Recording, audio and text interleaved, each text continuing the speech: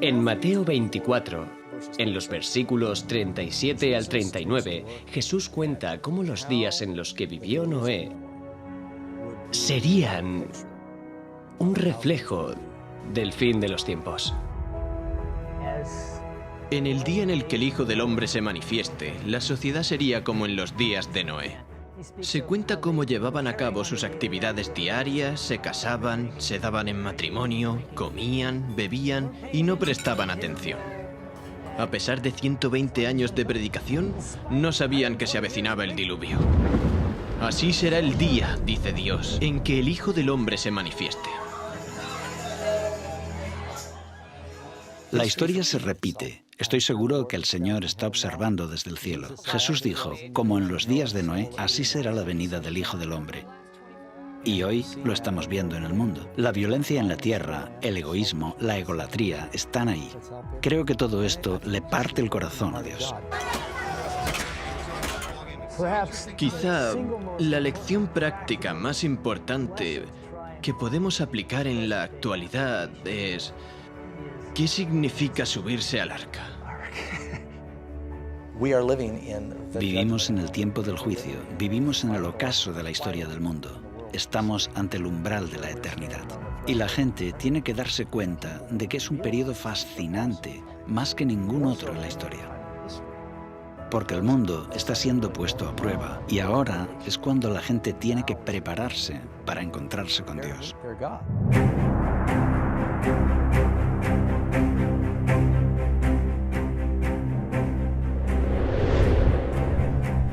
Lo que ocurrió antes del diluvio volverá a suceder justo antes de la segunda venida de Cristo. Aquellos que no tienen una perspectiva, que no estudian el mensaje de las Escrituras, seguirán con su vida como hasta ahora y no verán venir el final. Soy Jeff Reich, director de Layman Ministries. Lo que ahora vas a presenciar no se parece a nada de lo que hayas visto antes. No solo vamos a investigar la historia del diluvio, también buscaremos las raíces de la evolución y cómo ha influido en la sociedad occidental. Y lo más importante, veremos cómo la historia de Noé ayuda a explicar las páginas de la profecía bíblica. Esta es la historia de Noé y el diluvio, como nunca antes la habías visto.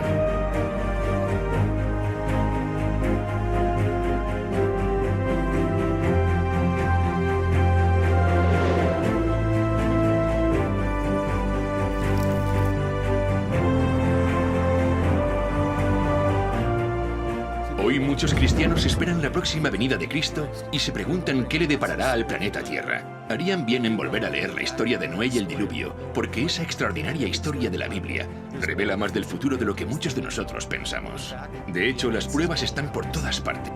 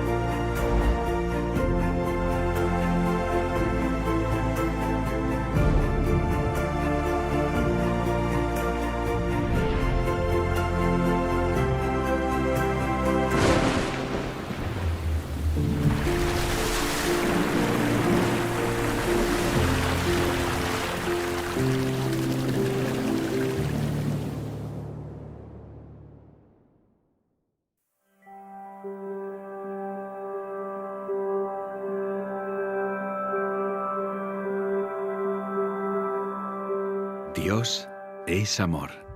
Su naturaleza, su ley es amor. Siempre lo ha sido y siempre lo será.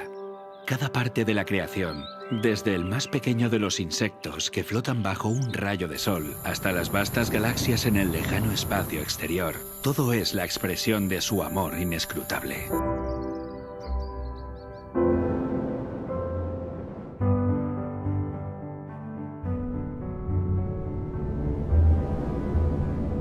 No cabe duda de que el mundo antes del diluvio hablaba del amor de Dios. Todo era absolutamente precioso. Su amor se expresaba en todo lo que se podía ver. Desde la forma de vida celular más pequeña al ser más complejo creado por él, Adán, todo era perfecto. Si pudiéramos viajar al pasado para saber cómo era el mundo antes del diluvio, pensaríamos que era prácticamente otro planeta.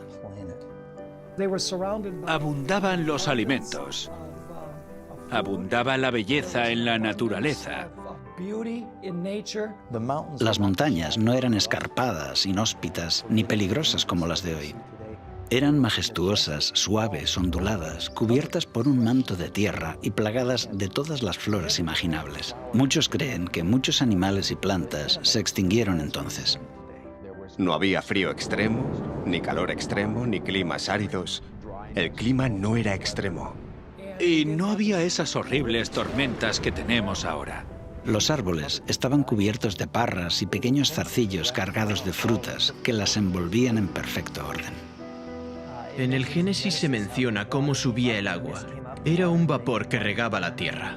El suelo se regaba por un sistema de riego automático. Según el capítulo 2 del Génesis, subía un vapor de la tierra. La lluvia era algo desconocido. Piedras preciosas, oro y plata abundaban en la superficie de la tierra. Describe un paraíso que, en muchos aspectos, era la biosfera perfecta que permitiría que tanto seres humanos como animales prosperaran. La esperanza de vida de las personas era muy larga, según la información que la Biblia nos da.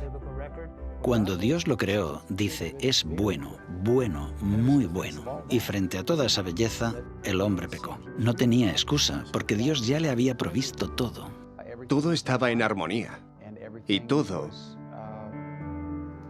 era perfecto. Resulta obvio que no vivimos en un mundo perfecto. De hecho, si consideramos que más del 70% de la Tierra está cubierta de agua, este planeta ni siquiera resulta demasiado acogedor para la vida humana.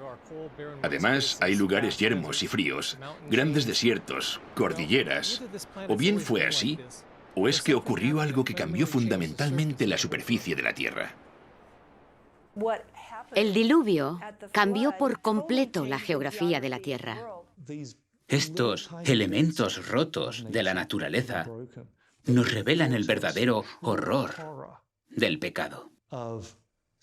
Y lo que vemos en nuestro mundo es la consecuencia de eso. El hombre empezó a buscar la felicidad en el egoísmo, el pecado y la maldad.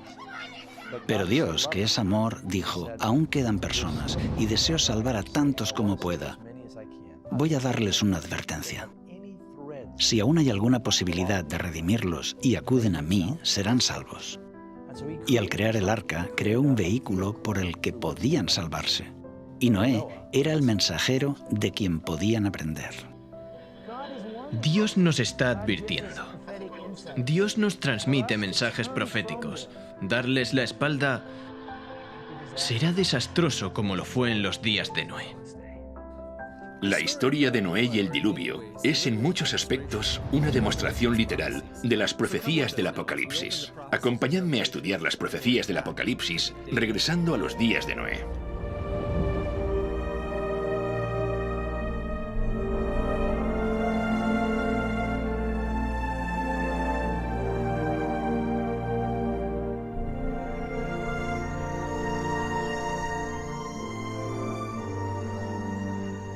En los días de Noé había signos de decadencia, pero la tierra era aún rica y hermosa gracias a la providencia divina. Las colinas estaban pobladas con árboles majestuosos que sostenían las parras cargadas de frutas. Vastas llanuras revestidas de verdor y del dulce aroma de miles de flores.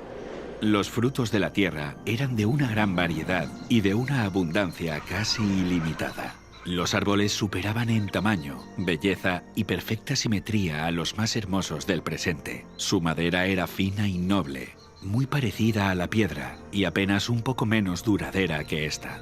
Abundaban el oro, la plata y las piedras preciosas. La raza humana aún conservaba mucho de su vigor original. Solo unas pocas generaciones habían pasado desde que Adán tuvo acceso al árbol de la vida, y la vida del hombre aún se contaba en siglos.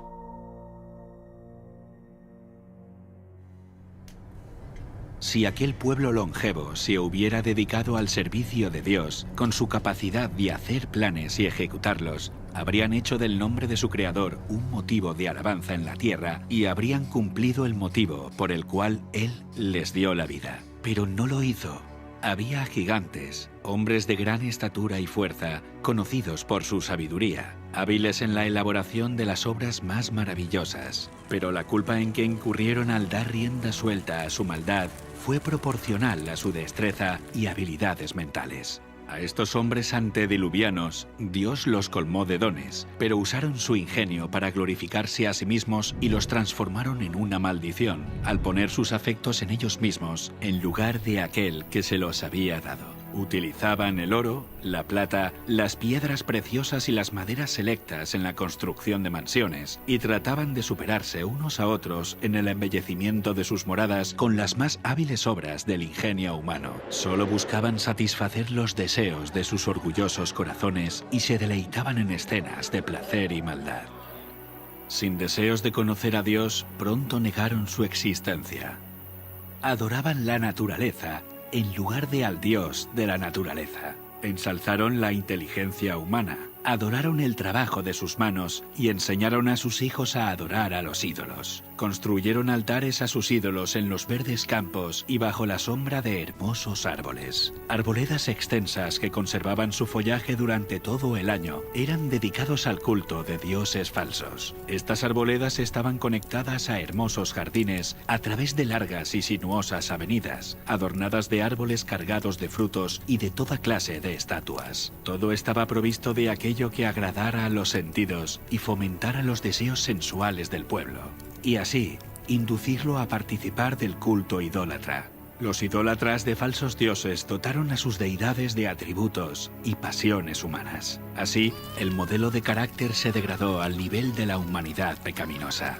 Y vio Dios que la maldad de los hombres era mucha en la tierra, y que todo designio de los pensamientos del corazón eran de continuo solamente el mal. Y se corrompió la tierra delante de Dios, y estaba la tierra llena de violencia. Dios dio a los hombres los mandamientos como una ley de vida, pero violaron su ley, y el resultado fue todo pecado imaginable. La maldad de los hombres era abierta y temeraria, la justicia era pisoteada, y los gritos de los oprimidos llegaban al cielo. El mundo estaba en sus comienzos, pero la maldad se había hecho tan profunda y general que Dios no pudo soportarlo más. Y dijo: raeré de sobre la faz de la tierra a los hombres que he creado. Declaró que su espíritu no contendería para siempre con la humanidad culpable. Si no cesaban de contaminar con sus pecados el mundo entero y sus ricos tesoros, Él los borraría de su creación y destruiría todas las cosas que con tanto amor les había brindado. Acabaría con los animales del campo y la vegetación, que les suministraba abundante abastecimiento de alimentos, y transformaría la bella tierra en un vasto escenario de desolación y ruina.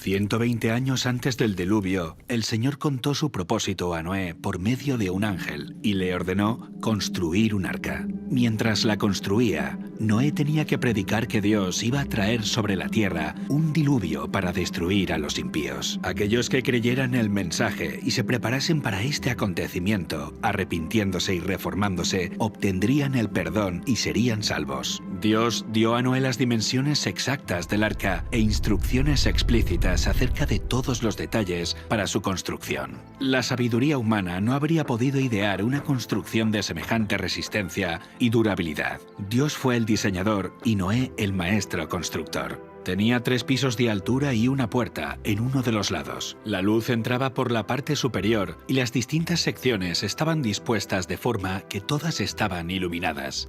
El material que se empleó en la construcción del arca fue el ciprés o madera de gofer, que resistiría al deterioro durante cientos de años. La construcción de esta inmensa estructura fue un proceso lento y laborioso.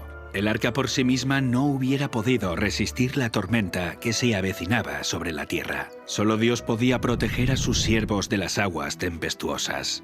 Por la fe, Noé, cuando fue advertido por Dios acerca de cosas que aún no se veían, con temor preparó el arca en que su casa se salvaría, y por esa fe condenó al mundo y fue hecho heredero de la justicia que viene por medio de la fe.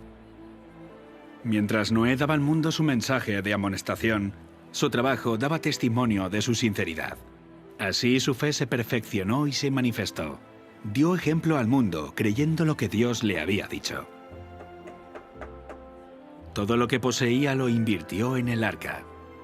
Mientras construía aquel enorme barco en tierra seca, multitudes de todas direcciones se acercaban para contemplar aquella extraña escena y oír las fervientes palabras de tan singular predicador. Cada martillazo dado en la construcción del arca era un testimonio para la gente. Aún así, no se arrepintieron delante de Dios. No quisieron renunciar a sus pecados. Durante el tiempo que aún quedaba hasta el diluvio, su fe fue puesta a prueba, pero no pasaron la prueba. Vencidos por la incredulidad reinante, se unieron a sus antiguos compañeros para rechazar el solemne mensaje. Algunos estaban plenamente convencidos y hubieran atendido las palabras de advertencia, pero eran tantos los que se burlaban y los ridiculizaban que terminaron participando de ese mismo espíritu. No todos los hombres de aquella generación eran idólatras, en el sentido estricto de la palabra. Muchos decían adorar a Dios. Afirmaban que sus ídolos eran representaciones de la deidad y que a través de ellos la gente obtenía un concepto más claro del ser divino. Al tratar de representar a Dios mediante objetos materiales, cegaron sus mentes respecto a la majestad y el poder del Creador. Dejaron de ver la santidad de su carácter y la naturaleza sagrada e inmutable de sus requisitos.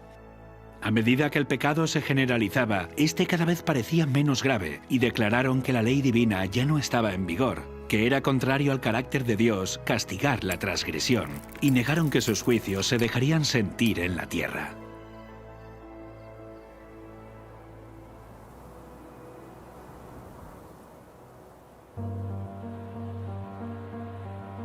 Si aquella generación hubiese cumplido la ley divina, los hombres habrían reconocido la voz de Dios en la advertencia de su siervo. Pero al rechazar la luz, sus mentes se volvieron tan ciegas que realmente creyeron que el mensaje de Noé era un delirio. No fueron las multitudes ni las mayorías las que se colocaron de parte de lo justo. El mundo estaba en contra de la justicia y las leyes de Dios, y Noé fue considerado un fanático. El mundo se reía de la locura del iluso anciano. En lugar de humillar sus corazones ante Dios, ellos persistieron en su desobediencia y maldad, como si Dios no les hubiera hablado a través de su siervo. Pero Noé se mantuvo como una roca en medio de la tempestad. Rodeado por el desdén y el ridículo popular, se distinguió por su santa integridad y su fidelidad inquebrantable. Sus palabras iban acompañadas de poder. Su relación con Dios le proporcionaba la fuerza del poder infinito. Durante 120 años, su voz anunció a oídos de aquella generación acontecimientos que, según la sabiduría humana, estaban fuera de toda posibilidad. El mundo antes del diluvio razonaba que durante siglos las leyes de la naturaleza habían permanecido inalterables. Las estaciones se habían sucedido unas a otras en orden. Nunca antes había llovido. La tierra se había regado por una niebla o rocío. Pero con su obstinada resistencia a los reproches de la conciencia, aquella generación llenó la copa de su iniquidad y maduró para la destrucción. Su tiempo de gracia estaba a punto de concluir.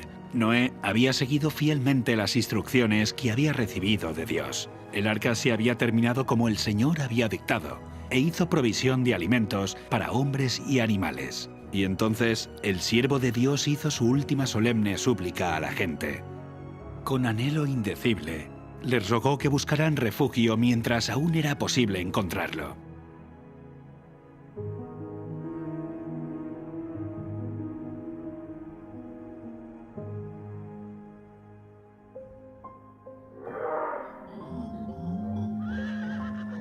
Animales de todo tipo, desde los más feroces hasta los más mansos, se veían venir desde las montañas y los bosques y dirigirse tranquilamente hacia el arca. Se oyó un ruido como de un fuerte viento, y he aquí los pájaros, que venían de todas direcciones en tal cantidad que oscurecieron los cielos. Entraban en el arca en perfecto orden. Los animales obedecían a Dios, mientras que los hombres no lo hacían. Guiados por santos ángeles, de dos en dos entraron con Noé en el arca, macho y hembra, como mandó Dios a Noé, y los animales limpios, de 7 en 7. El mundo contemplaba maravillado, algunos hasta tenían miedo. Llamaron a los filósofos para que explicaran aquel extraño suceso, pero fue en vano. Era un misterio que no podían comprender. Dios ordenó a Noé: entra tú y toda tu casa en el arca, porque a ti he visto justo delante de mí en esta generación. El mundo había rechazado las advertencias de Noé, pero su influencia y ejemplo habían sido una bendición para su familia. Como recompensa a su fidelidad e integridad, Dios salvó con él a todos los miembros de su familia.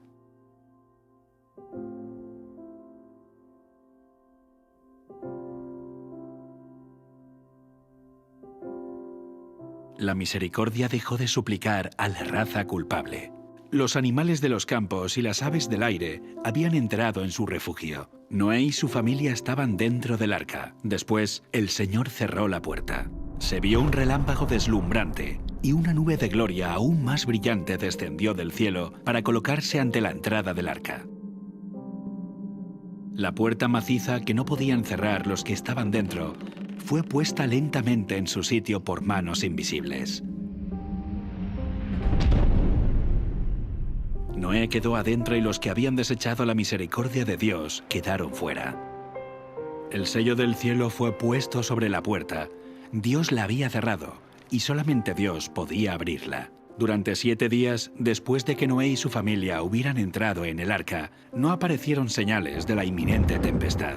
Pero al 8º día, las nubes cubrieron los cielos. A estas le siguió el estallido de los truenos y el destello de los rayos. Pronto empezaron a caer grandes gotas de lluvia. El mundo nunca había presenciado nada parecido y el miedo asaltó el corazón de los hombres. Todos se preguntaban secretamente: ¿será posible que Noé tuviera razón y que el mundo esté condenado a la destrucción? El cielo se oscurecía cada vez más y la lluvia era más fuerte. Las bestias vagaban completamente aterrorizadas y sus aullidos discordantes parecían lamentar su propio destino y la suerte del hombre. Aquel día fueron rotas todas las fuentes del gran abismo y las cataratas de los cielos fueron abiertas. El agua se veía caer de las nubes como enormes cataratas. Los ríos se desbordaron de sus cauces e inundaron los valles. Torrentes de aguas brotaban de la tierra con fuerza indescriptible, arrojando al aire a decenas de metros rocas macizas que al caer se enterraban profundamente en el suelo. Los altares donde habían ofrecido sacrificios humanos fueron destruidos y los idólatras temblaron ante el poder del Dios vivo y comprendieron que la causa de su ruina fue su corrupción e idolatría. A medida que la violencia de la tempestad aumentaba, árboles, edificios, rocas y tierra fueron lanzados en todas direcciones. El terror de los hombres y los animales era indescriptible. Por encima del rugido de la tempestad podían escucharse los lamentos de un pueblo que había despreciado la autoridad de Dios. Muchos estaban frenéticos por el miedo y estiraban sus brazos hacia el arca, implorando que se les permitiera entrar. Pero sus súplicas fueron en vano. Se habían convencido que había un Dios en los cielos que lo gobierna todo. Algunos, en su desesperación, intentaron romper el arca para entrar en ella, pero la firme estructura resistió todos los embates. Otros se sujetaron al arca hasta que las embravecidas aguas los tiraron o se cayeron por la colisión con rocas y árboles. Todas las fibras de la maciza arca temblaban cuando era golpeada por los vientos inmisericordes, y una ola la arrojaba a la otra. Los rugidos de los animales que estaban dentro del arca expresaban su miedo y dolor. Pero en medio de los revueltos elementos, el arca continuaba flotando con toda seguridad. Otras personas se ataron juntamente con sus hijos en los lomos de poderosos animales, sabiendo que estos eran tenaces para conservar la vida y subirían a las cumbres más altas para escapar del agua que se iba elevando. Otros se ataron a elevados árboles en la cumbre de las colinas o las montañas. Sitio tras sitio que prometía seguridad era abandonado.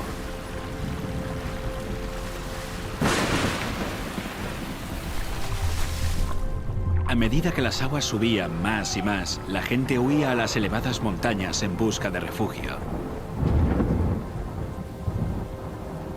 En muchos lugares, hombres y animales luchaban por el mismo sitio, hasta que ambos eran barridos por la furia del agua. Desde las cimas más altas, los hombres contemplaban un enorme océano sin costas. Las solemnes advertencias del siervo de Dios ya no eran objeto de ridículo y mofa. ¿Cuánto habrían deseado los pecadores condenados recuperar la oportunidad que habían dejado escapar? ¿Cómo rogaban que se les concediera una hora más de gracia, otra manifestación de misericordia, otra invitación de los labios de Noé? Pero ya no escucharían más la dulce voz de la misericordia. El amor, no menor que la justicia, exigía que los juicios de Dios pusieran fin al pecado.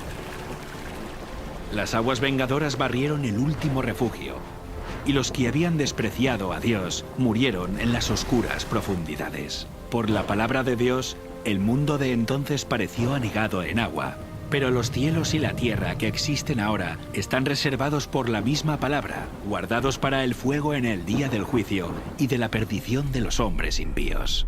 Otra tormenta está por venir, y el pecado y los pecadores serán destruidos.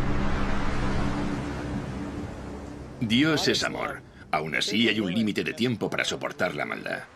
Vimos que Dios envió una inundación de agua para limpiar la maldad de aquella época. Pero nos queda una pregunta. ¿Podría haber habido una catástrofe mundial sin que hubiera dejado evidencias de que realmente ocurrió? El diluvio universal es más que una historia en un libro. Está escrita en la tierra. Y estas evidencias físicas permanecen como testigos y son un aviso para nosotros. Comencemos investigando el juicio.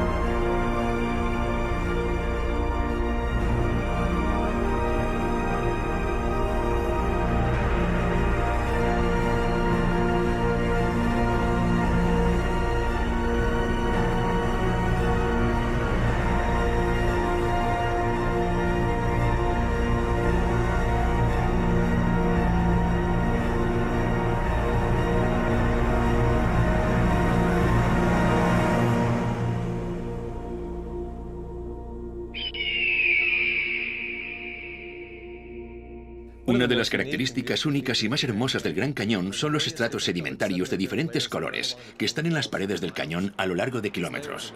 Estos niveles están formados por roca caliza y arenisca, que es lo que genera ese arco iris en las rocas. Es una de las cosas que hace que el Gran Cañón nos parezca tan bonito cuando lo contemplamos. Pero estos estratos no son únicos del Gran Cañón, aunque nos dan una gran pista acerca de cómo se formó.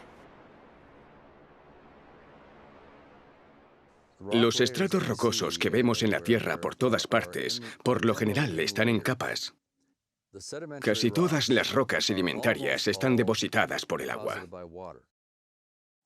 Vemos que los estratos de roca están formados por turbiditas. Los materiales de arrastre, junto con la sucesión de catástrofes, provocarían una acción turbidítica y el depósito de estos sedimentos. El agua trae lodo o arena o materiales más duros, los lleva y los deposita en un estrato. Así es como se forman las típicas rocas que vemos en la columna estratigráfica. Hay diferentes tipos de sedimentos que terminan formando estratos de rocas, cada uno con un aspecto muy diferente entre sí, uno encima del otro. Pero la cuestión es, ¿cuánto tiempo pasó desde la formación de uno de estos estratos hasta el siguiente?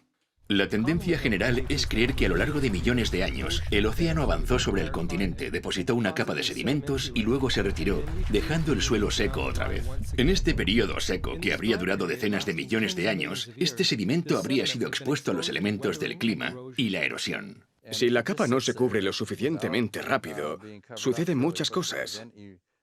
Las plantas crecen, las raíces la atraviesan, los animales quedan enterrados, las corrientes de agua abren canales y galerías. No se mantiene intacta.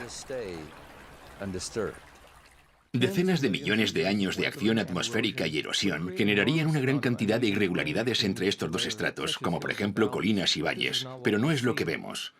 Hay poca variación entre estos niveles. Son muy planas.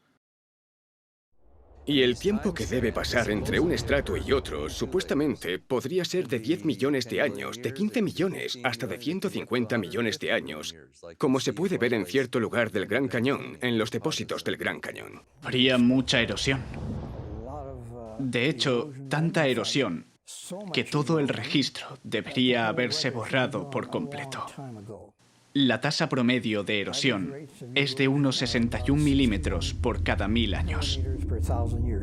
Aplicando la tasa de erosión de 61 milímetros por cada 1000 años, a lo largo de un periodo de 150 millones de años, no deberíamos tener 90 metros de erosión, ni 900 metros de erosión, sino unos 9 kilómetros de erosión.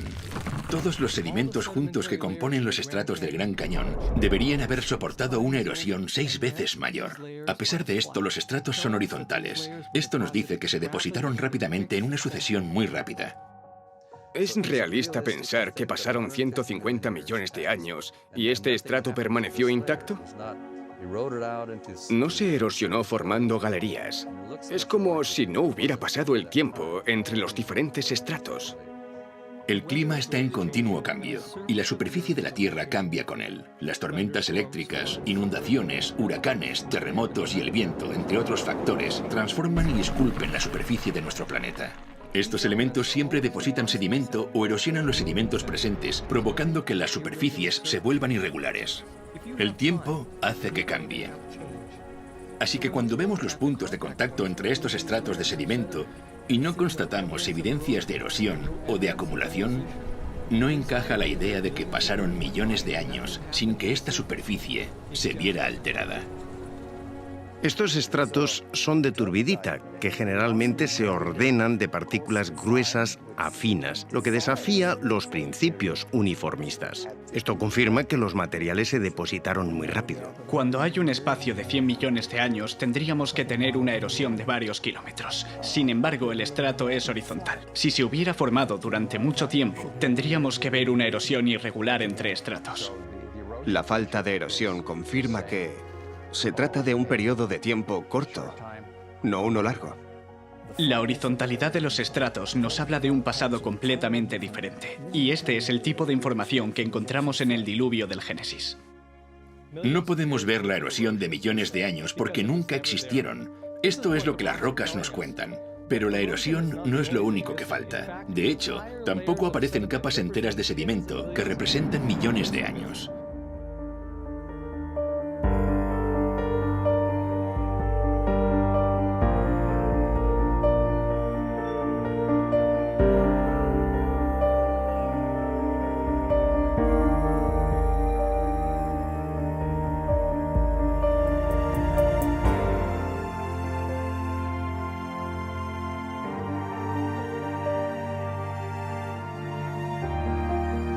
Aquí en el Gran Cañón puedes ver que detrás de mí está esta roca que es ligeramente rojiza. Es arenisca coconino. Está justo encima de esta más oscura de aquí que se llama ermitaño pérmico. Aquí falta un estrato de sedimento entre la arenisca coconino y el estrato ermitaño pérmico, llamada la formación Schnebly Hill.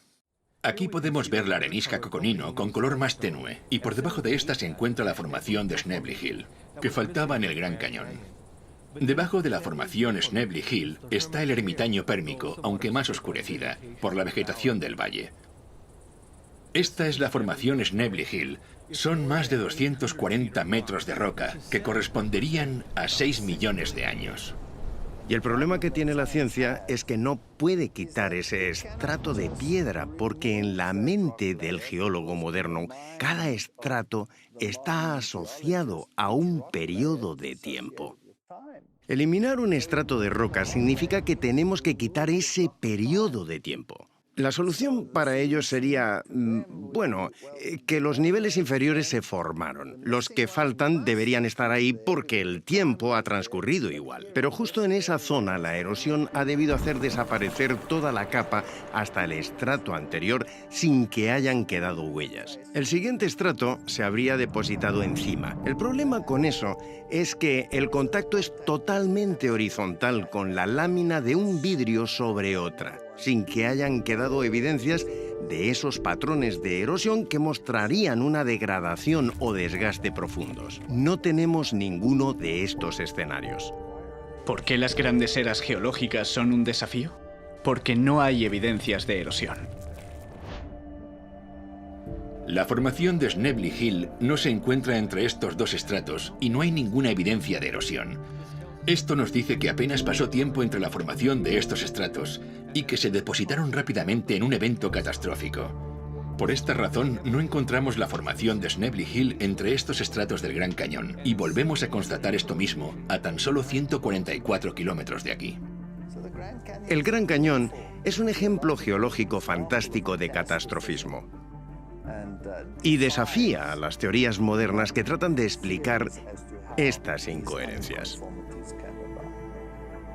Aquí tenemos piedra caliza de Redwall, que descansa sobre la roca caliza de Moab. Entre estos dos niveles deberíamos ver la formación Temple Butte, que representa hasta 155 millones de años. En lugar de eso, no hay nada. No hay evidencia de los casi 10 kilómetros de erosión que esperaríamos ver durante este largo periodo de tiempo. No hay evidencias de erosión ni de la acumulación, solo un contacto en horizontal. Pero no puede haber un área con una superficie plana de 30 o 40, 50.000 kilómetros cuadrados y que se mantenga así durante 100 millones de años.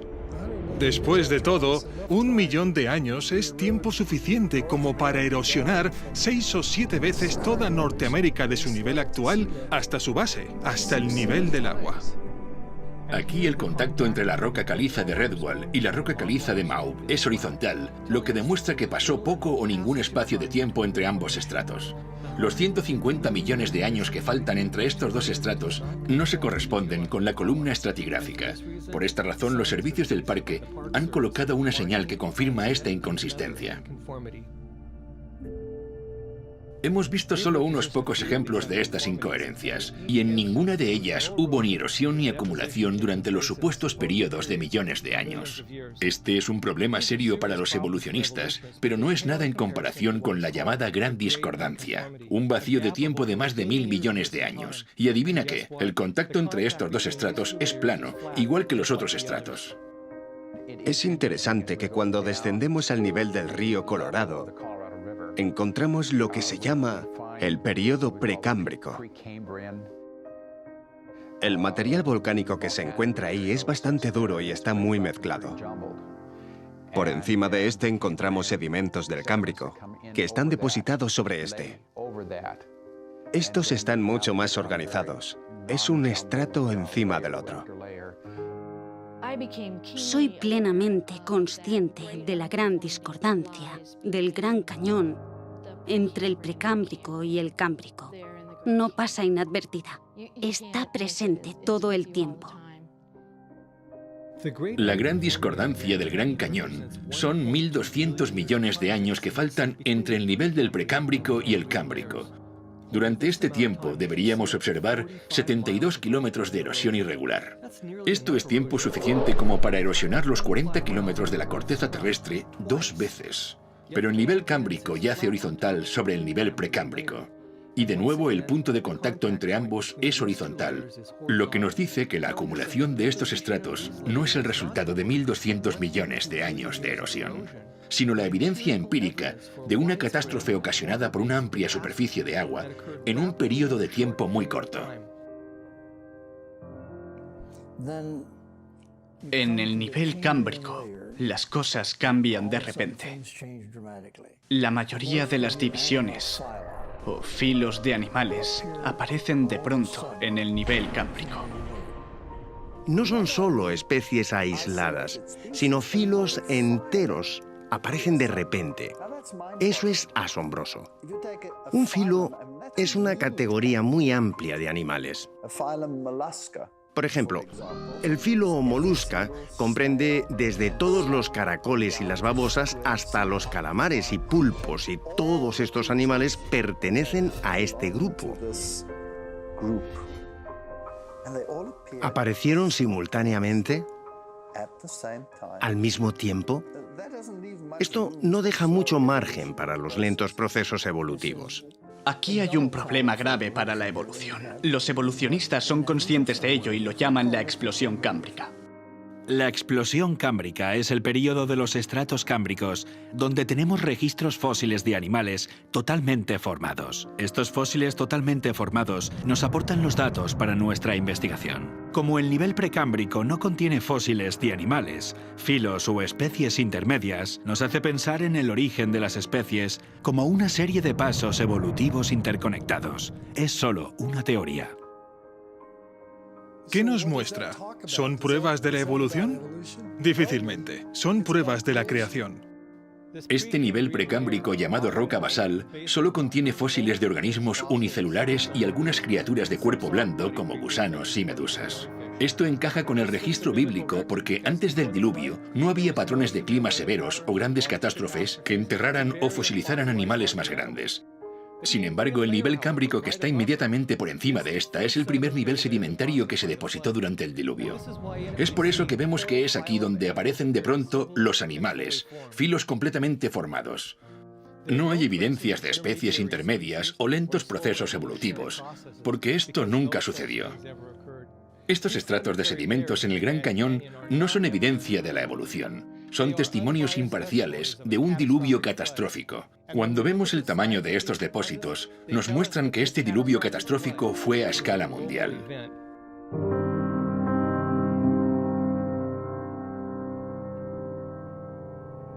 El Gran Cañón está ahí, y en los márgenes se pueden ver los estratos.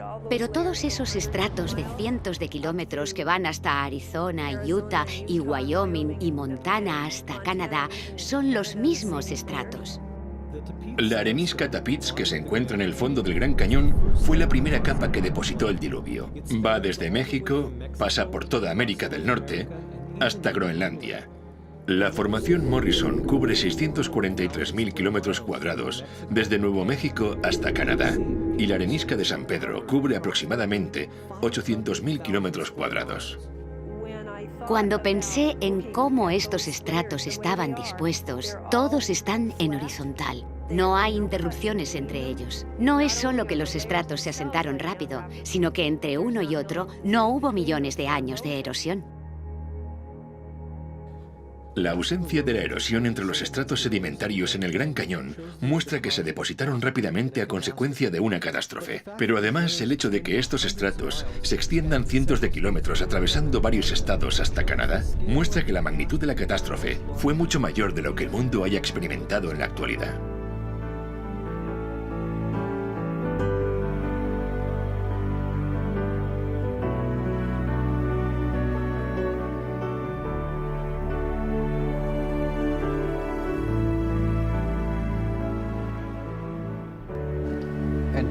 Tenemos evidencias de un diluvio universal cuando observamos los sedimentos, estudiando su estructura, en los fósiles encontrados en esos sedimentos y, ¿por qué no?, también en lo que llamamos la columna estratigráfica. Encontramos el cámbrico, el ordovícico, el silúrico, el devónico, el carbonífero y el pérmico. Esas son algunas de las grandes estructuras que vemos. Las podemos encontrar en Estados Unidos. Vamos a Europa y adivina qué, encontramos las mismas secuencias. Vamos a Asia y encontramos las mismas secuencias. Vamos a Australia y encontramos las mismas secuencias. No solo encontramos las mismas secuencias en la estructura y en el contenido, también en el contenido fósil. Para mí, esto demuestra que algo tuvo que pasar en todo el mundo. Si no fuese de forma simultánea, estuvo muy cerca de serlo. Para que se depositaran estos sedimentos y todas las estructuras sedimentarias. Intento centrarme en las cosas que se han registrado y nos han ayudado a darnos cuenta del aspecto universal del diluvio. Por ejemplo, lo que llamamos las calizas de Creta del Cretácico y que se encuentran en todo el mundo. La capa de Creta se deposita bajo el agua.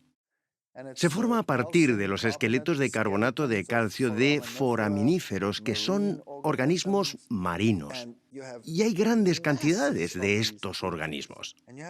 Este estrato se extiende en todo el continente y de continente a continente. Y solo pueden depositarse estando bajo el agua. Por lo tanto, todo el mundo debió estar bajo el agua al mismo tiempo.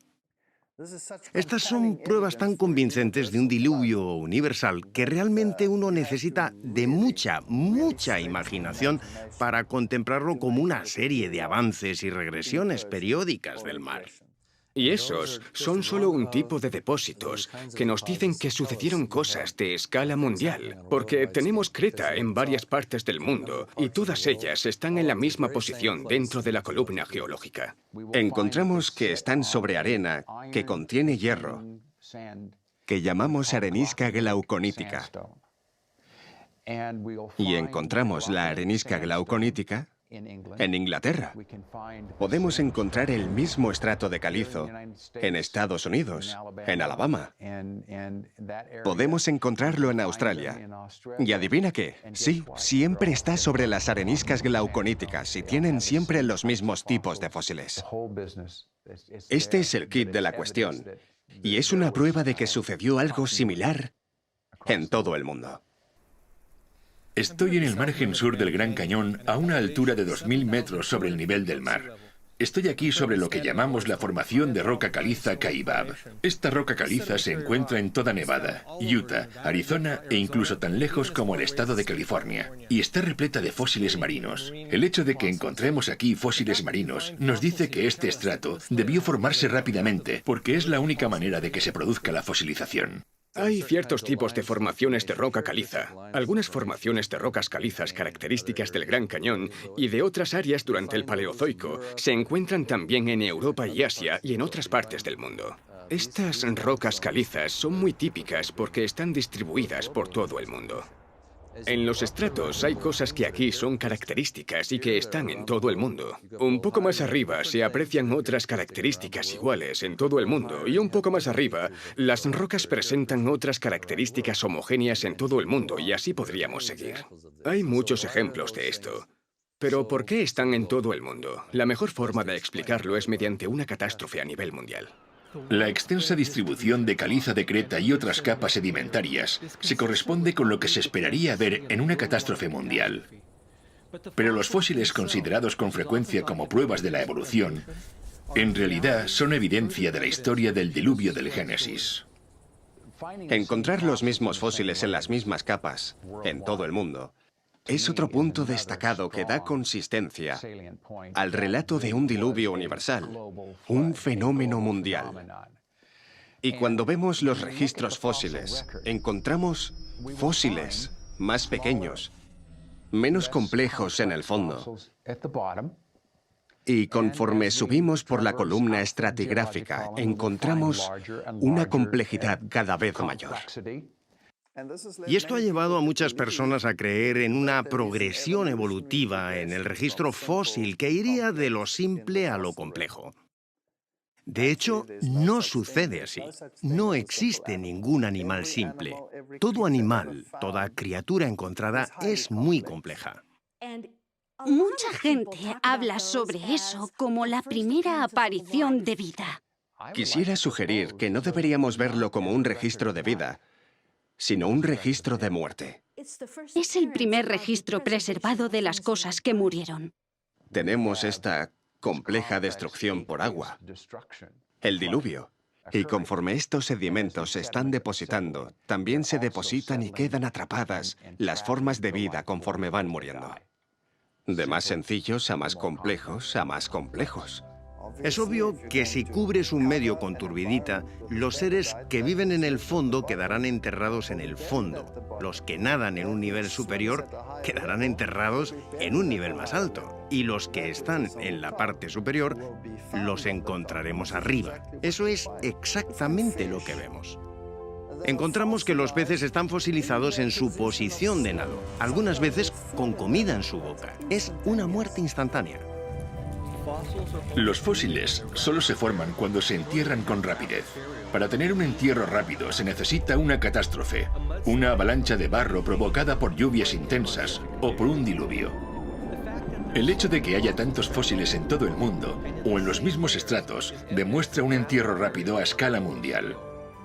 Otra pista que señala que esto fue el resultado de un diluvio universal es el hecho de que estos animales fueron arrastrados a los llamados cementerios fósiles por corrientes muy fuertes. Cementerios fósiles.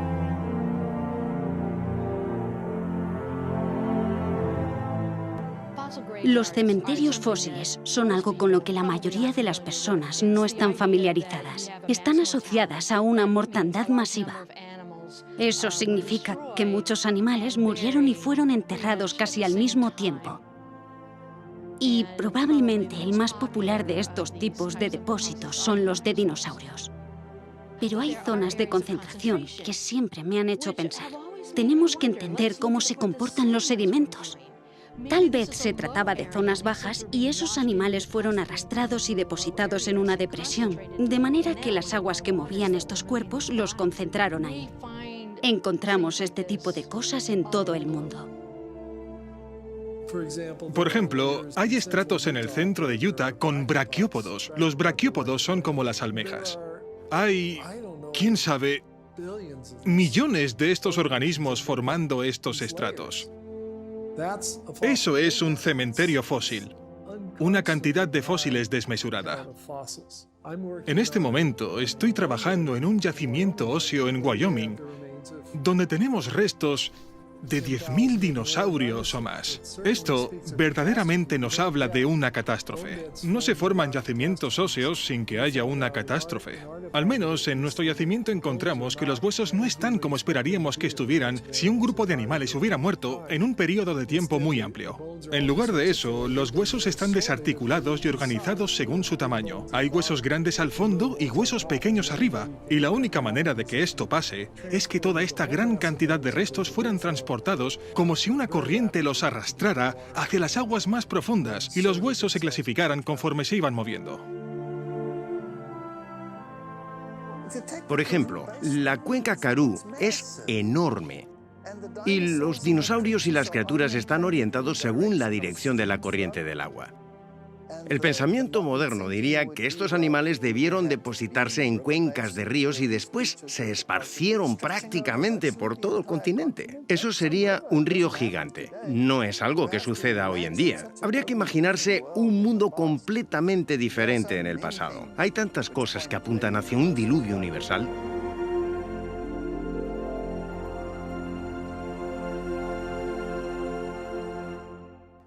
Las violentas fuerzas del diluvio arrastraron miles de animales a zonas donde se fosilizaron después. Sin embargo, en otras condiciones, los mismos restos de animales se convirtieron en carbón.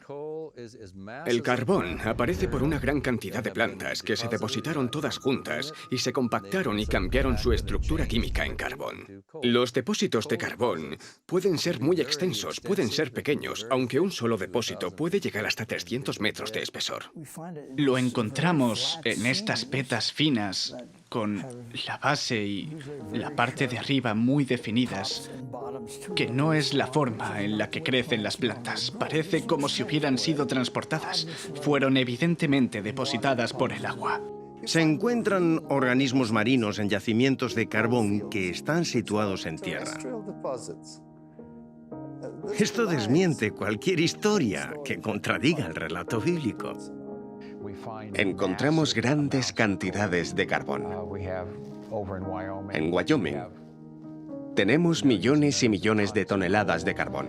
En Australia tenemos millones y millones de toneladas de carbón. En Europa tenemos, también en Pensilvania, y estos son solo algunos ejemplos. Cubren miles de kilómetros cuadrados y todos estos depósitos de carbón son del mismo tipo, en la misma posición dentro de la columna estratigráfica que se extiende hasta Europa y Rusia, y así podríamos continuar.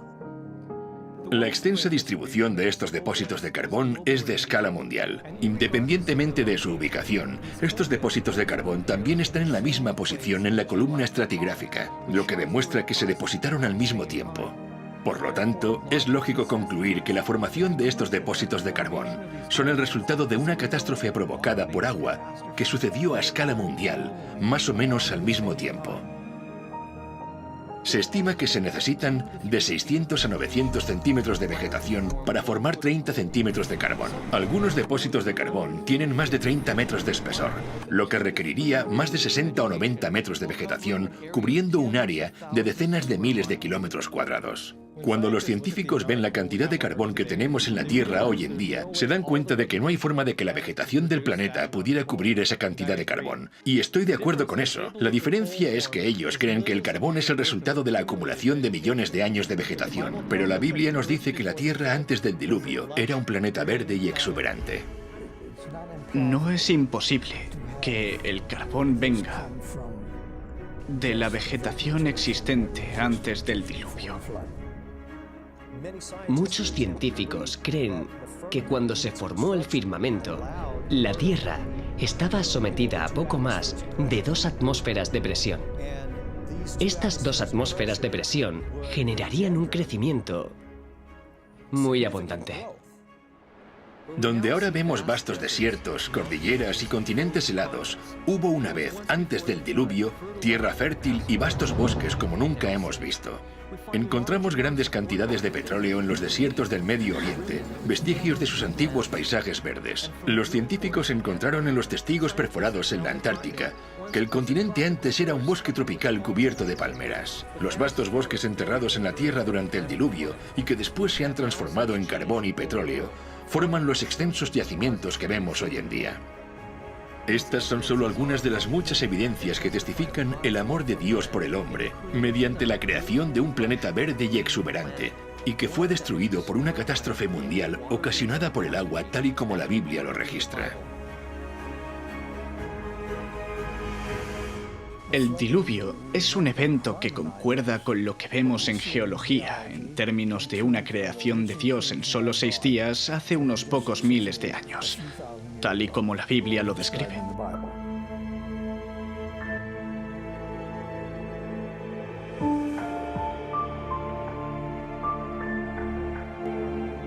Hay tantas evidencias que no es posible investigarlas todas en tan poco tiempo, pero mirando a gran escala todo el panorama, vemos que la Tierra nos habla por sí misma.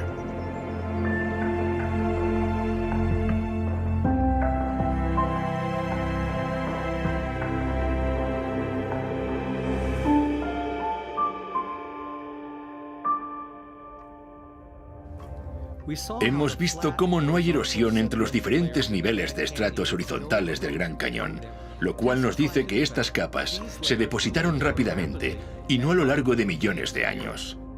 Hemos visto que la magnitud de esta catástrofe tuvo que ser al menos tan grande como el tamaño de algunos de estos estratos que formó, y que incluso se extiende a otros continentes, lo que confirma su impacto mundial. Hemos analizado cómo no hay rastro de erosión en estas capas sedimentarias durante los supuestos cientos de millones, o incluso miles de millones de años, mostrando que esto no concuerda con el modelo evolutivo. Comprobamos que en el primer estrato sedimentario se encuentran animales fósiles completamente formados, y no en etapas evolutivas progresivas. Hemos visto cómo la existencia de fósiles en estas capas son la evidencia de que fueron rápidamente enterrados, ya que algunos fósiles de peces se encuentran con comida en su boca y en posición de nado. Encontramos que los grandes cementerios fósiles son una sólida prueba de que miles de animales muertos, peces, mamíferos e incluso aves, fueron arrastrados juntos y depositados en depresiones donde quedaron cubiertos y fosilizados. Hemos visto cómo los depósitos enormes de carbón y petróleo que ahora encontramos solo pudieron formarse por la compactación de la vegetación existente de una tierra verde y exuberante que fue destruida y enterrada. Vimos cómo el estrato de creta del Cretácico, formado por el diluvio, cubre todos los continentes tal y como cabría esperar en una catástrofe mundial. Cuando miramos estas pruebas en perspectiva, ¿qué vemos? La propia Tierra nos dice que una vez fue diezmada por una catástrofe mundial provocada por el agua.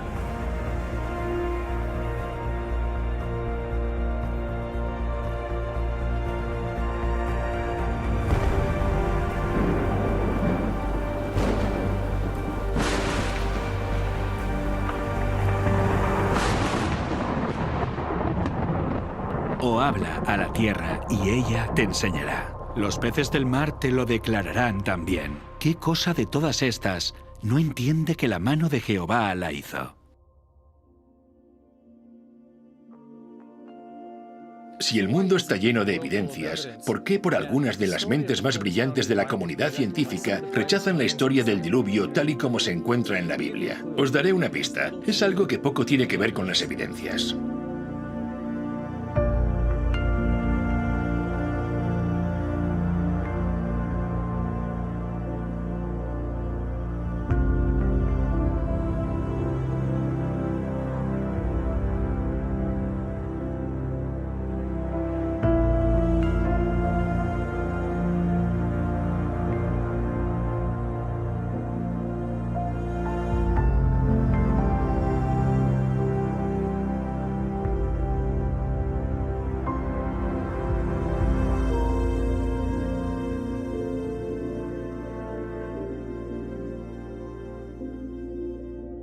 La Biblia nos da una explicación de la historia. Cuando la Tierra y la vida fueron creadas perfectas, pero todo cambió por culpa del pecado. Si eso es verdad, ¿por qué tantos científicos se oponen radicalmente a este punto de vista? La razón tiene más relación con la forma de ver el mundo que con las evidencias. Dejar a un lado las creencias religiosas no resuelve el problema. El prejuicio no es un problema religioso, es un problema humano. No importa lo que profesemos, tanto si yo digo que soy cristiano y rechazo la biología evolutiva, como si soy un evolucionista y rechazo el cristianismo, o si me encuentro confundido en algún punto intermedio.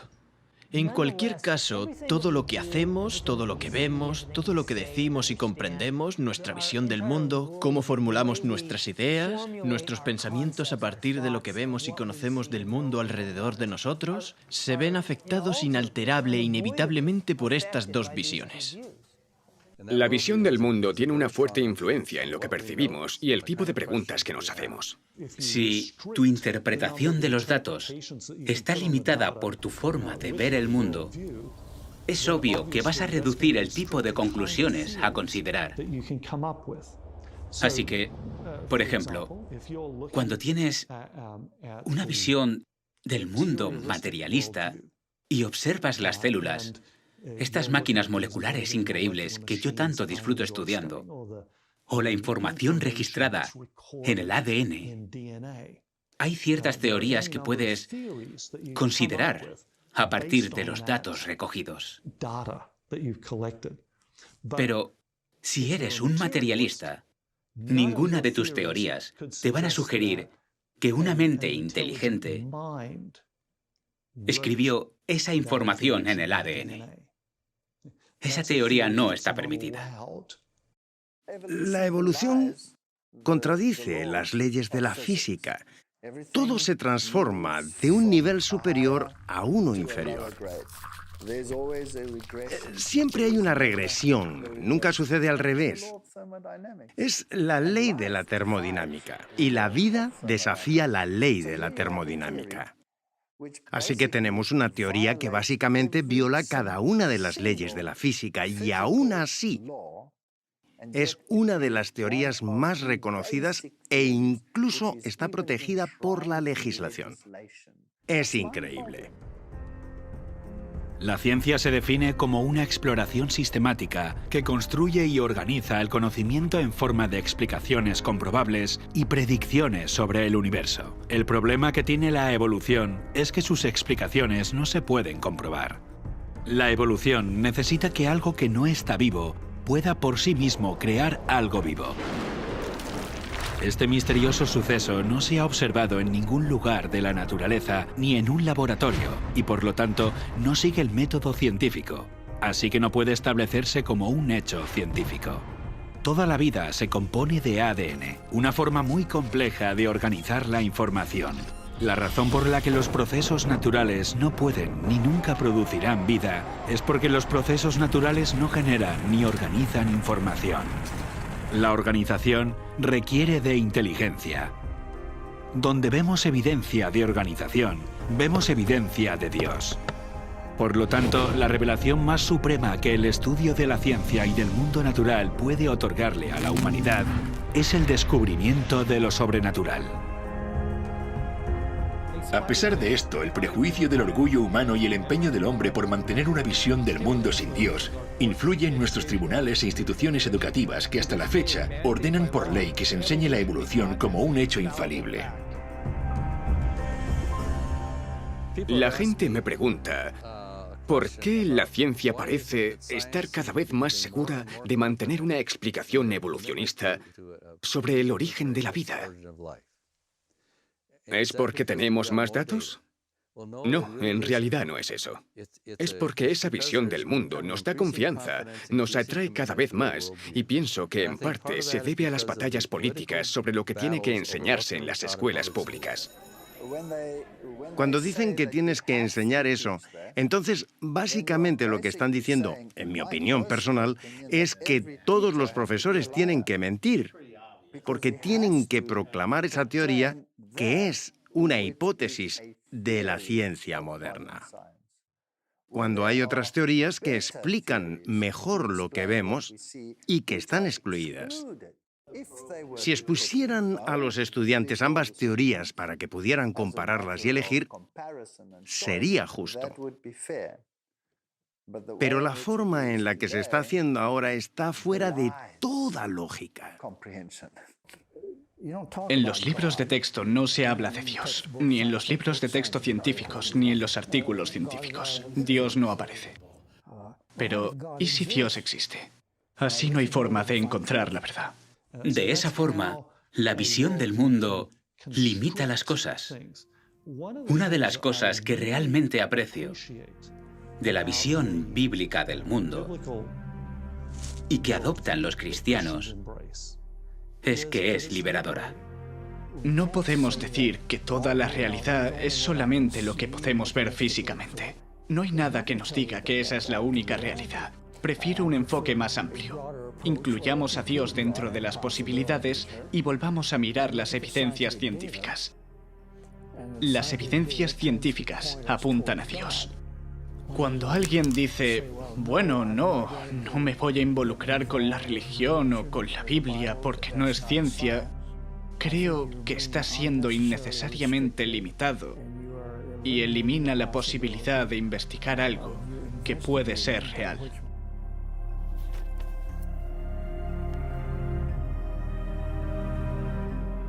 La ciencia tiene cierto atractivo para la mente independiente y el corazón de los humanos. La ciencia es el reino de lo humano.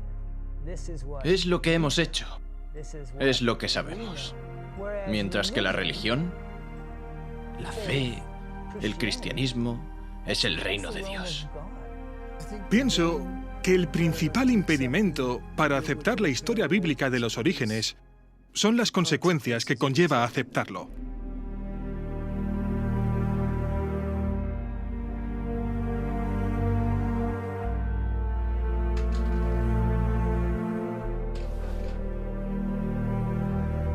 El problema de poner a Dios dentro del debate es que inevitablemente nos recuerda la cuestión de la responsabilidad moral. Decir que hay moralidad en el paradigma evolutivo es engañarse a uno mismo. No puedes creer en un ser supremo y otros seres inferiores sin que esa relación tenga que definirse de alguna manera. Intuitivamente, reconocemos que esa es la ley moral. Es posible que no nos sintamos bien cuando somos examinados bajo esa luz. Así que para escapar del concepto de juicio, para escapar de la responsabilidad moral, hay una tendencia natural a querer olvidar al Creador. En consecuencia, cosas como la historia del diluvio, las pruebas que aún son visibles en la Tierra, son cosas para las que, a veces subconscientemente, nos gusta encontrar una explicación alternativa. Nos sentimos cómodos escapando de la idea de responsabilidad moral.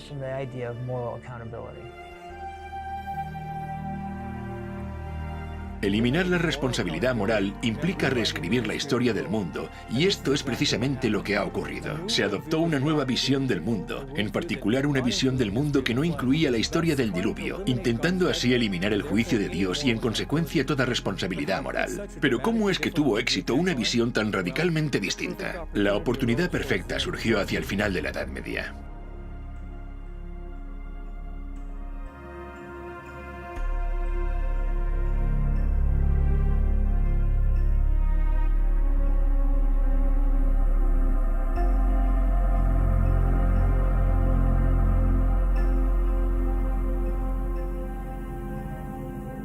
Cuando miramos la cultura popular de nuestros días, la historia del diluvio no es algo que generalmente se acepte como literal.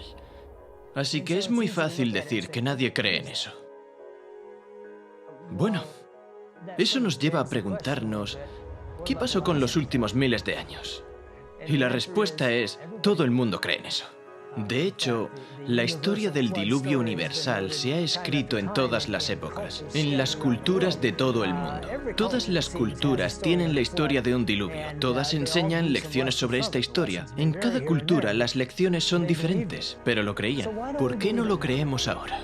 A veces los estudiantes me preguntan cómo la ciencia llegó a tener el punto de vista que tiene ahora, que niega los milagros y tiene una fuerte reticencia a creer en la creación. Para comprender eso tenemos que ir a la historia. Nuestra sociedad ha estado sometida bajo toda una estructura de pensamiento intelectual fabricada y dirigida a desacreditar la historia del diluvio, la historia del mundo y la historia de la creación.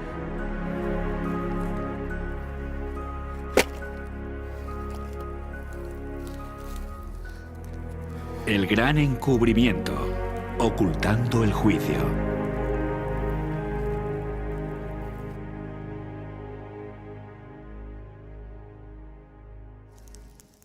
Toda la superficie de la Tierra ha cambiado a consecuencia de una catástrofe provocada por el agua. Y estas evidencias tan abrumadoras no pueden borrarse ni eliminarse. Así que en las mentes de los que rechazan la historia del diluvio, necesitan reinterpretarse. Y así es como pasó. Durante toda la Edad Media, algunos sectores de la sociedad eran muy autocráticos y dogmáticos y perseguían a la gente, lo que hacía que la vida fuera muy difícil para las personas. Los reprimían. ¿Y quiénes hacían eso? Bueno, eran los gobiernos y la Iglesia. Una de las cosas que el hombre más desea obtener es el dominio sobre el hombre. Durante el periodo medieval, la Iglesia era la que gobernaba el mundo. Durante la Edad Medieval, a lo largo de un periodo de 1500 años, la Iglesia Católica dominó en toda Europa. Mantuvo este dominio casi universal de forma inflexible. Durante los últimos 1500 años, uno de los escenarios de conflicto con la Iglesia Católica a la hora de desarrollar la libertad de pensamiento fue el campo de la ciencia. Son bien conocidas las historias de científicos que tuvieron conflictos con la Iglesia. Desde Galileo, pasando por Newton, Copérnico hasta Francis Bacon. Probablemente Galileo sea el más famoso. Promovió el heliocentrismo. El Sol era el centro y todos los pequeños planetas dando vueltas. Pero a la Iglesia no le gustó por diferentes ideas filosóficas. Poner la Tierra como el centro era importante desde el punto de vista filosófico. Era una marca de perfección en la creación de Dios. Y no fue popular la idea de que la Tierra no estaba donde se suponía que estaba y que los otros planetas no daban vueltas en círculos perfectos. La Inquisición llamó a Galileo, lo puso bajo arresto domiciliario, lo amenazó con severos castigos, posiblemente la muerte. Por desgracia, muchas veces recordamos esta historia para mostrar que entre el cristianismo y la ciencia hay un antagonismo que no se puede resolver. Esto no es lo que deberíamos aprender de esta lección, porque cuando vemos las enseñanzas de la Iglesia durante el medievo, en muchos casos no tiene nada que ver con lo que dice la Biblia. El mundo ha estado sometido a un pensamiento religioso muy rígido. Y cualquier cosa que se saliera de ese esquema tan restringido se consideraba que iba en contra de la verdad, en contra de Dios, contra la Biblia, y debía ser eliminado por la fuerza mediante la acción de la Inquisición y con la pena de muerte. Finalmente, se llegó a un punto en el que la gente estaba cansada de eso. Estaban hartos de eso. La Iglesia perdía credibilidad por culpa de eso, por la manera en la que trataban a la gente. Los gobiernos, la gente estaba harta de cómo los gobiernos los habían tratado, y esto hizo que los eruditos comenzaran a desvincularse de la autoridad y de estas instituciones autocráticas. Se veía a Dios como un Dios vengativo, que acechaba en el bosque esperando a que el transgresor hiciera algo mal. Y los reyes gobernaban no con amor, sino con codicia. Controlaban no por amor, sino a través del miedo. Y esto incluía a la Iglesia. Al ver que este poder abusivo había prevalecido en Europa, rechazaron rotundamente a la Iglesia católica. Y claro, según su forma de pensar, esto significaba que habían rechazado definitivamente el cristianismo. Eso hizo que la sociedad se volviera más atea. Y la mentalidad del hombre es, bueno, ¿cuál era esta fuerza que me restringía? La fuerza que restringe cualquier expansión de la mente es Dios.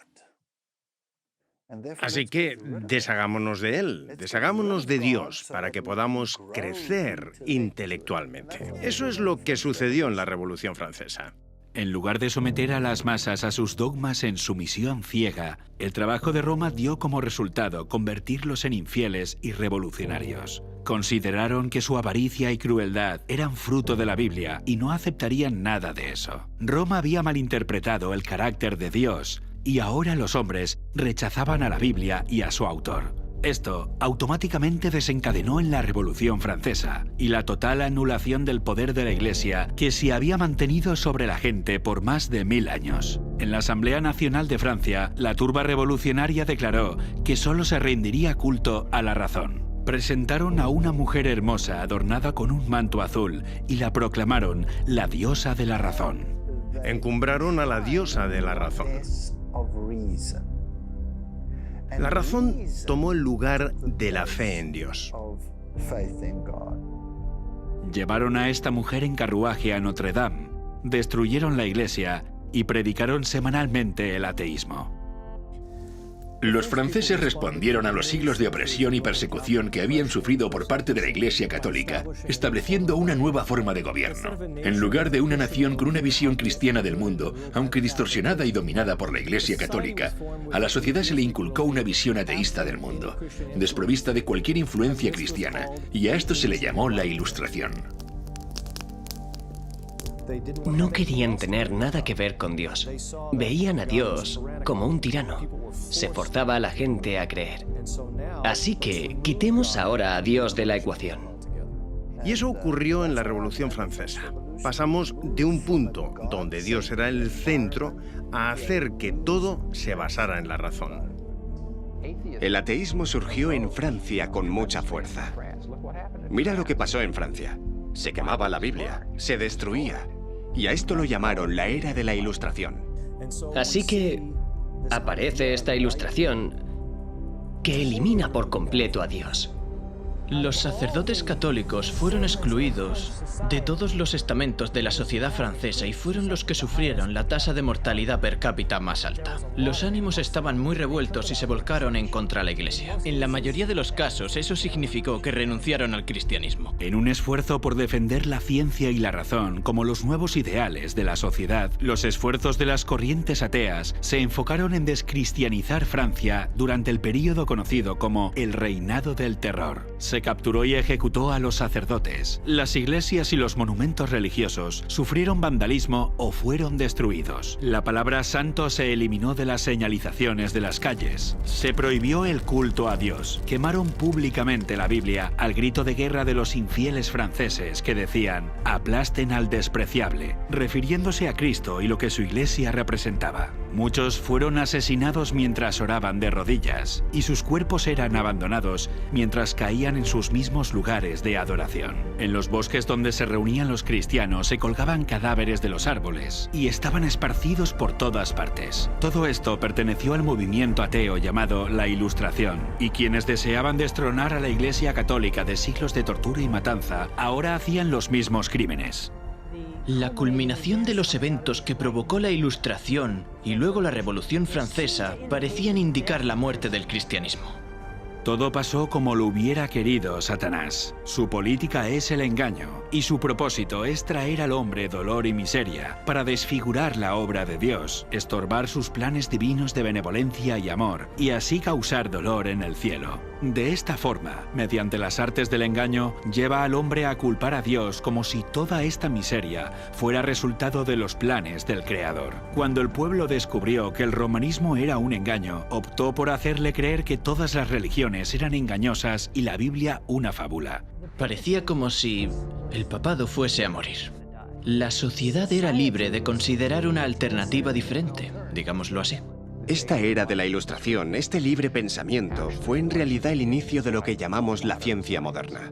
Este movimiento no dependía de ninguna autoridad. Esto sucedió en el periodo que llamamos la Ilustración. Ya no tienes nada que te ate. Puedes explorar. Puedes empezar a observar.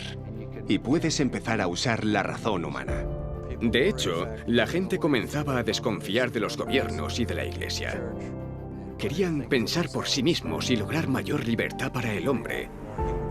Y esta libertad se reorientó en muchas direcciones que incluyen romper con la idea de que Dios existe.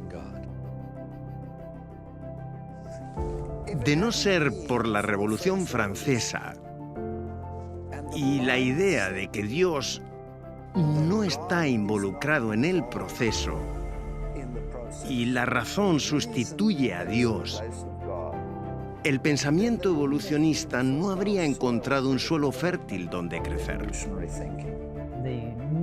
En la nueva generación de científicos que estudian la Tierra, los más notables son Lyell y Darwin. Surgieron en el siglo XIX. Charles Lyell fue un geólogo que introdujo por primera vez el concepto de que había grandes periodos de tiempo en el desarrollo de las características geológicas y después escribió la obra Principios de Geología. Este punto de vista geológico que Lyell expone en su libro se conoce como uniformismo. El uniformismo establece que los procesos que se han desarrollado y que han ocurrido en el pasado son semejantes a los que tenemos ahora. Si hay algo que en la actualidad necesita mucho tiempo para desarrollarse, también en el pasado debió necesitar mucho tiempo. El uniformismo es en lo que se basan para hablar de millones de años tan importantes para la teoría evolucionista.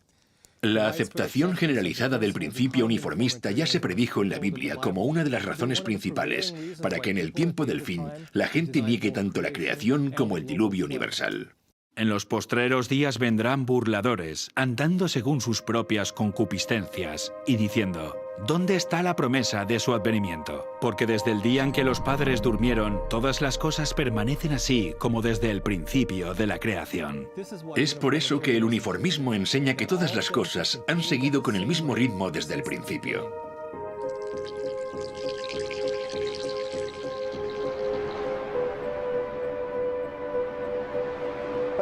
Pero ¿y si hay una catástrofe? Si hay una gran tormenta y todo el material que el uniformismo dijo que desaparecía lentamente, desaparece así de rápido. Y eso es lo que vemos.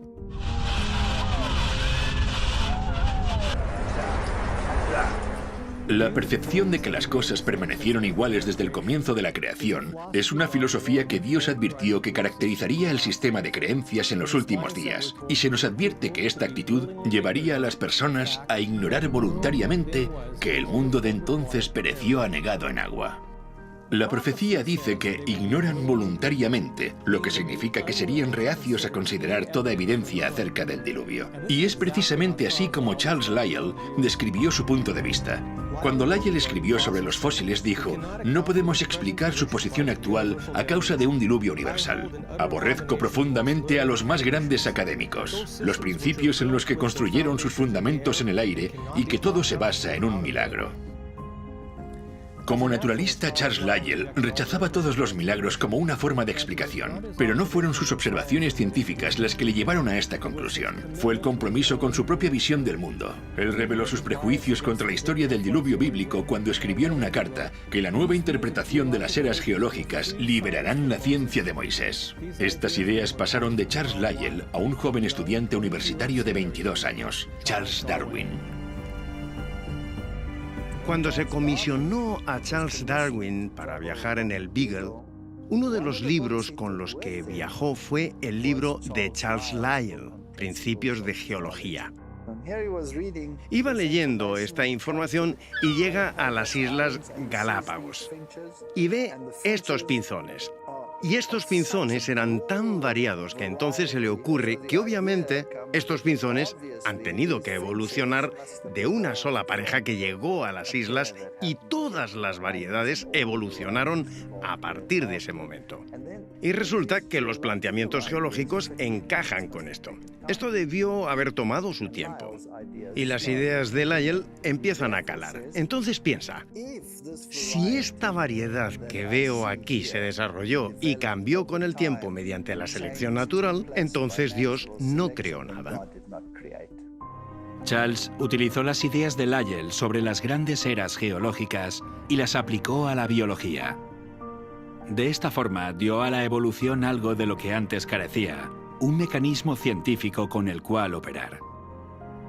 A Darwin se le ocurrió una nueva teoría, la de la selección natural, y fue un bombazo. Eso fue lo que le dio credibilidad.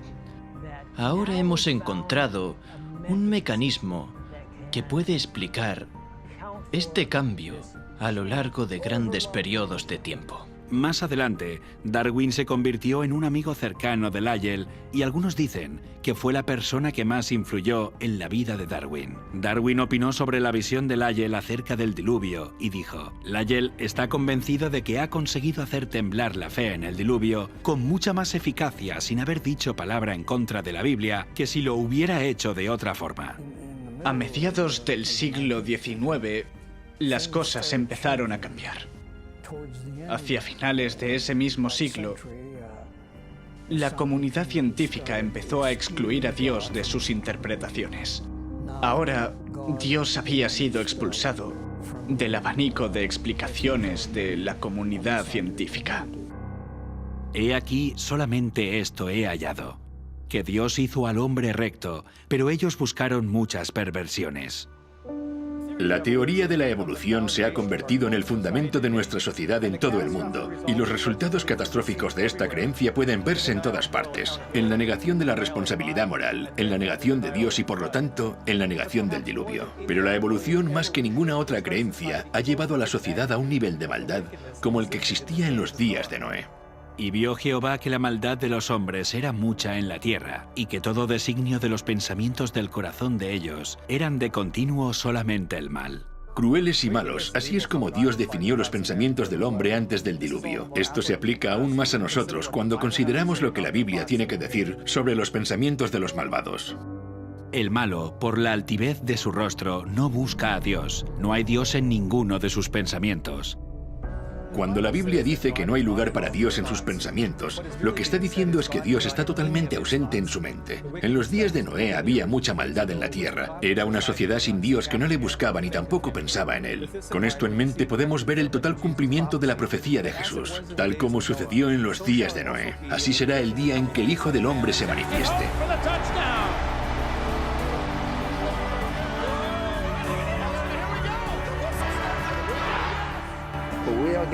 Estamos llegando a un punto en el que Dios está completamente excluido, incluso de los sistemas políticos y de las leyes que se aprueban. Le están borrando de la existencia humana y de la mente de forma totalmente intencional. Hoy nos encontramos en el mismo punto. Muchas cosas pasaron antes del diluvio. Concretamente, la Biblia nos dice que la tierra estaba llena de violencia.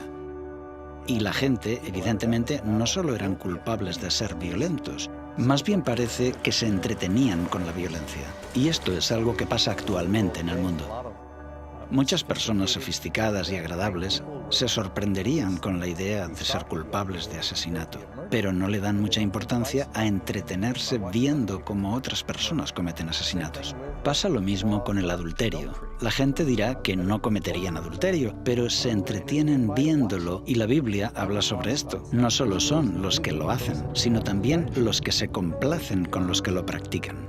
En la actualidad tenemos el concepto de que se puede hacer lo que a uno le dé la gana. La falta de respeto a la palabra de Dios comenzó a finales del siglo XVIII y a comienzos del siglo XIX. La evolución eliminó la conciencia de que Dios es nuestro creador, que tenemos un creador, que tenemos un Dios personal y que hay un juicio. Si crees en la evolución, es absurdo creer en un juicio. Pero si no creemos que en el pasado Dios provocó el diluvio, ¿por qué voy a creer que Él va a destruir el mundo con fuego? No tiene sentido. Así que si puedo hacer que niegues el diluvio, básicamente conseguiré que niegues la destrucción eterna del mundo tal y como lo conocemos.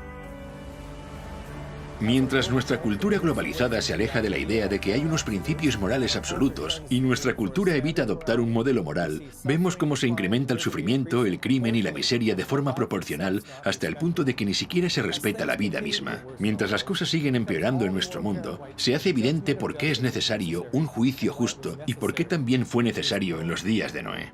El mal se había fomentado hasta el punto que ya no hubo solución. Habría continuado a ese nivel para siempre, lo que habría supuesto un universo de miseria eterna. ¿Quién querría vivir en un universo como ese durante toda la eternidad? Si ves a los padres ante las tumbas de sus hijos y la agonía y el dolor que esto conlleva, debe haber un juicio.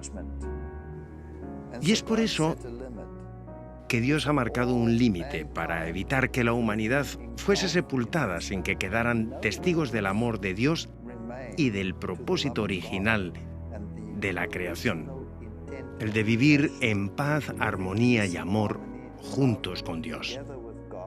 Fue entonces que Dios tuvo que intervenir para que no se perdiera la historia acerca del amor de Dios. Así que Dios tuvo que intervenir. Dios es amoroso, Dios es paciente, pero como le dijo Moisés, aunque es paciente y ofrece abundante perdón y misericordia, no tendrá por inocente al culpable. Hay un tiempo para el juicio. Y el Señor dijo, no contenderá mi espíritu con el hombre para siempre, porque ciertamente él es carne, mas serán sus días 120 años.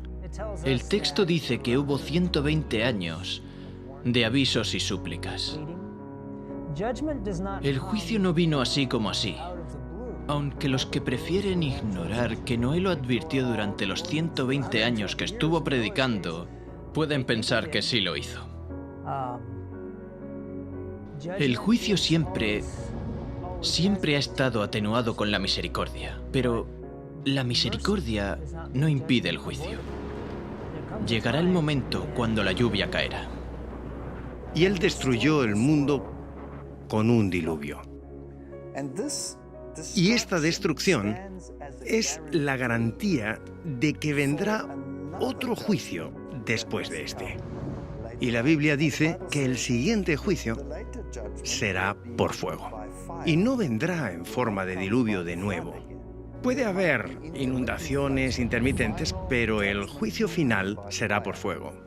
por lo cual el mundo de entonces pereció anegado en agua. Pero los cielos y la tierra que existen ahora están reservados por la misma palabra, guardados para el fuego en el día del juicio y de la perdición de los hombres impíos. En los días de Noé, el mundo fue bautizado por agua. Segunda de Pedro 3 dice que cuando el Señor regrese, será bautizado con fuego. Después de esto, Él hará un cielo nuevo y una tierra nueva. Podemos decir que después del bautismo por agua en los días de Noé, la tierra nació de nuevo. Pero Dios protegió a Noé y a su familia. En la segunda venida también habrá un bautismo de fuego y Dios protegerá a su pueblo. El mismo mensaje que tenemos en el libro de Génesis se predicará de nuevo en el tiempo del fin.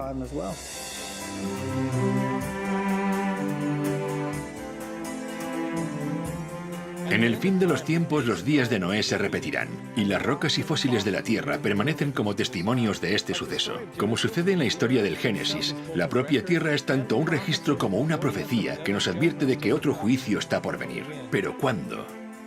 En el tiempo del fin, el hombre recibe 3 advertencias inmediatamente antes de la segunda venida de Cristo.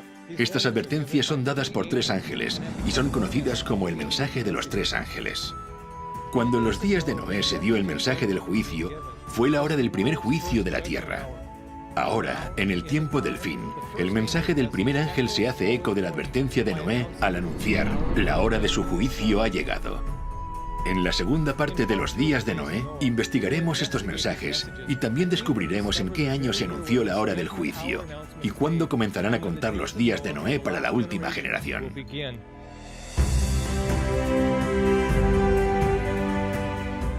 La historia del arca es prácticamente un paralelo al mensaje de los 3 ángeles. El mensaje de los 3 ángeles de Apocalipsis 14 son el último mensaje de Dios al mundo. Es un mensaje sobre el fin del tiempo y es un mensaje que prepara al mundo para la venida de Cristo. Noé siguió las instrucciones de Dios en la construcción del arca, y veremos cómo este mensaje de los 3 ángeles apunta hacia una antigua estructura diseñada por Dios, que revela las instrucciones que debería seguir el pueblo de Dios en preparación para su segunda venida en el tiempo del fin. El mensaje del primer ángel nos dirige hacia la verdad. El mensaje del segundo ángel nos muestra la falsificación. Y el mensaje del tercer ángel dice: elige. Y Noé exhortó a que la gente decidiera. Así que, decide. Haz tu elección, pero debes saber que esta decisión es definitiva. La hora del juicio viene. Hace tiempo que la gente está siendo advertida, porque Dios ama al hombre y quiere salvarlo. Dios volverá a ver la maldad del hombre y dirá que los pensamientos de su corazón y su mente son de continuo solamente el mal, y Él traerá de nuevo el juicio. Este es un mensaje de advertencia, es un mensaje de amor, pero también es un mensaje que avisa de un juicio inminente.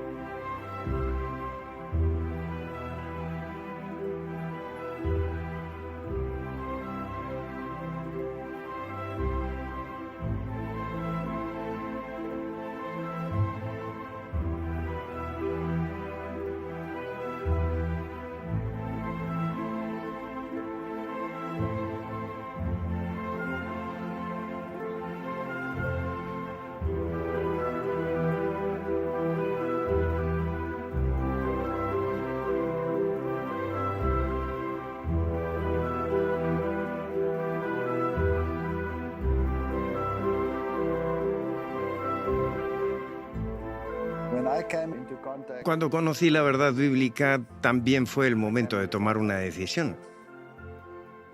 Era ateo y la profecía me dijo que había un Dios. Así que he tenido que tomar decisiones, y las decisiones son difíciles.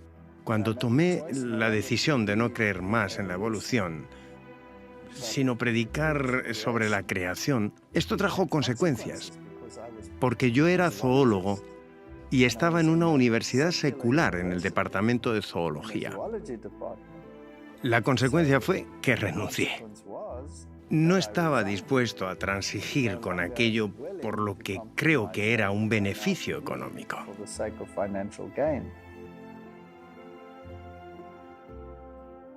¿Sabes? Para mí hay muchas cosas que dan valor y solemnidad a la historia del diluvio.